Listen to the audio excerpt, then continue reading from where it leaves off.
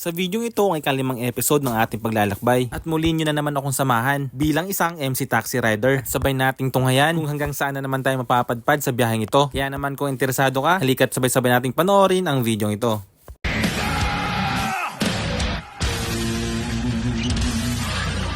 Ang oras ay 5:59 ng umaga para sa ating unang booking. Ang pick-up location ay dito sa may Barangay 28, Marcela Street, may Paho, Caloocan. Ilang minuto din tayong nag-antay dito mga buddy dahil ang tagal lumabas ng ating unang pasahero. Ihahatid natin ito sa may First Marcel Tower sa may Gregorio Araneta Avenue, Quezon City. Takbuhin natin ito sa layong 7.4 kilometers at ang pamasahe nito ay 98 pesos. Dito sa tapat ng Pure Gold QI ay nagpagas ako dahil ang mura lang ng gasolina dito. After nito mga buddy, nagabang-abang tayo ng booking. Medyo may kalayuan yung ginapang natin dahil ang pick-up location natin dito na sa may Laloma, Quezon City. At ihahatid naman natin ito sa may LRT2 Pureza Station, Magsaysay Boulevard, Santa Mesa. 4.2 kilometers ang layo nito mga buddy at ang pamasahe nito ay 70 pesos plus 20 pesos na tip. Pagkatapos na dito mga buddy ay bigla tayong nagka-problema dahil nawalan tayo ng signal. Hindi pala tayo natimbrehan mga buddy na kapag piyesta pala ng Nazareno ay walang signal ang buong Kamaynilaan. Ang ginawa natin dito ay gumapang tayo hanggang sa umuwi na lang muna ako mga buddy. Fast forward tayo. 3:08 ng hapon para sa ating ikatlong booking. Ang pick-up location ay dito sa may Perpetua Street, may Paho, Caloocan. At ihahatid natin ito sa may Marilao, Bulacan. 25.1 kilometers ang layo nito mga buddy at ang pamasahe nito ay 361 pesos. Medyo may kalayuan to mga buddy. Hangalay na naman yung puwet natin nito. After ng ilang oras mahigit mga buddy, andito na tayo sa mismong drop location ng ating pasahero. Pagkababa ng pasahero mga buddy, sabay abot ng helmet at ang pamasahe ay maya-maya ay pinasukan tayo para sa ating ikaapat na booking. Ang problema nga lang dito mga buddy ay hindi ko na-check kung gaano kalayo ang aking pick-up at na-accept ko ito agad. Pag-check ko sa mapa mga buddy, 5.9 kilometers yung layo. Mapapa-aray ko ka na lang talaga. Kaya yung kauna-unahang accept ko ng booking mga buddy na napakalayo ng pick-up location. At ang masaya pa dun mga buddy ay willing mag-antay si ma'am. Kaya no choice tayo, hindi kailangan natin itong puntahan. Baka magkaroon pa ng problema yung ating account. Dito yan mga buddy sa Marianis Drugstore, Marilao, Bulacan. Mabait yung pasahero natin mga buddy, kaya nagtawanan kami. Dahil nga naikwento ko sa kanya kung gaano kalayo yung aking pinanggalingan. Napaka good vibes nga nito ni ma'am mga buddy, kaya ang biyahe namin ito ay puro lang kwentuhan. Kaya naman hindi na namin namalayan mga buddy na dito na pala kami sa drop-off location ng ating pasahero. Dito yan sa may Dunking Vicas Congress, Camarines Road, Caloocan. 24 pesos ang pamasahe dito mga buddy, pero inabutan na tayo ni ma'am ng 100 pesos at hindi na siya nanghingi ng sukli. Kulit nga ng biyahe na ito mga buddy dahil mas malayo pa ang biyahe ko sa pick-up location kaysa sa binyahin namin sa drop-off location. Pero all goods lang yun mga buddy, minsan may ganun talagang pangyayari sa ating biyahe. Minsan na naman natin nagagawa itong ganito mga buddy. So importante mga buddy para hindi tayo mabad trip, magiging think positive na lang tayo para hindi masira yung diskarte natin sa buong biyahe. Habang umiinom nga ako dito ng Boko Juice mga buddy, pinasukan tayo para sa ating panglimang booking. At dito yan sa may CMR Dental Clinic, Camarines Road, Caloocan. Ang oras nga pala natin ngayon mga buddy ay 5:38 na ng hapon. At ihahatid naman natin ito sa may Dr. Puno Road sa may Santa Rita, Caloocan. 5.9 kilometers ang babiyahin natin dito mga buddy, kaya ang pamasahe nito ay 85 pesos. 100 pesos ang inabot ni mga buddy, kaya sinuklian natin siya ng 15 pesos.